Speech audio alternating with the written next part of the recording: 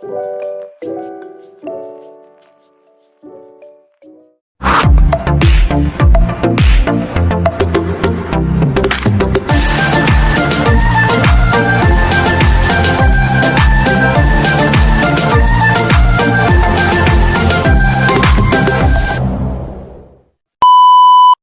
yun na nga guys, welcome to my vlog.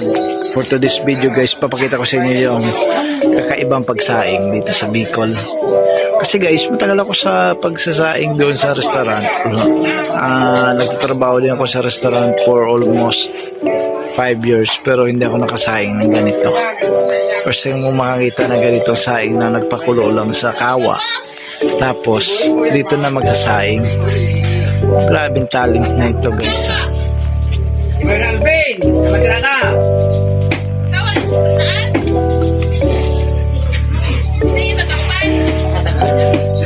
So pagkatapos ito guys, nagpakulo ng tubig, sabay nilagay na yung bigas. First time ko rin ito nakita guys, kaya na-miss ako kaya papakita ko rin sa inyo kung paano na ginawa. Tapos siguro guys, tatakpan lang ng dahon ng saging. Pagkatapos ito, takip lang ng saging, ito takip dito guys. Talagang na-aamis ako dito guys, kasi sobrang ngayon ko lang nakita na nagsaing talaga ng ganito. Sa kawa siya napakulo ng tubig.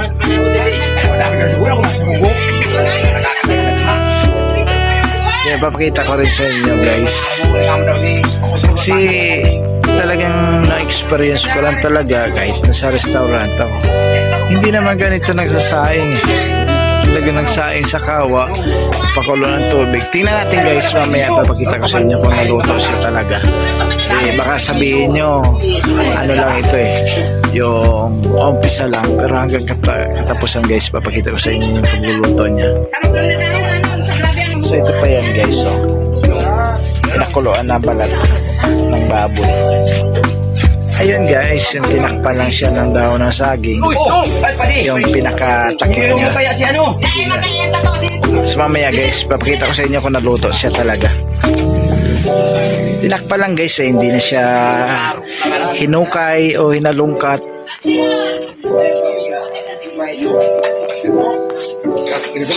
Yung kanina guys, medyo malakas yung apoy kasi nagpapakulo pa lang, pero ngayon ano na siya, parang uling na lang yung magluluto.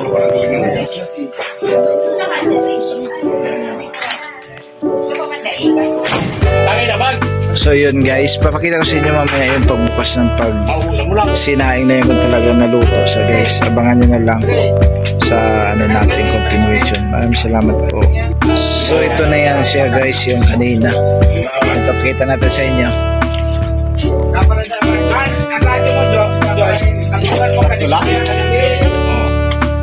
So yun na nga guys, luto na siya.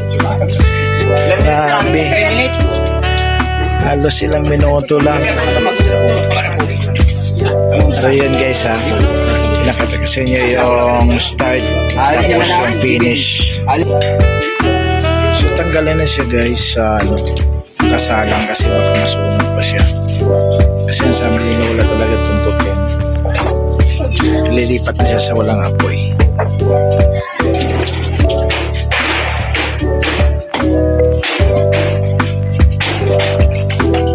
So ano lang yan guys, pain-in na siya. So yun guys, ito sa inyo kung paano yung kakaibang pagsaing. Maraming salamat, thank you for watching, bye bye.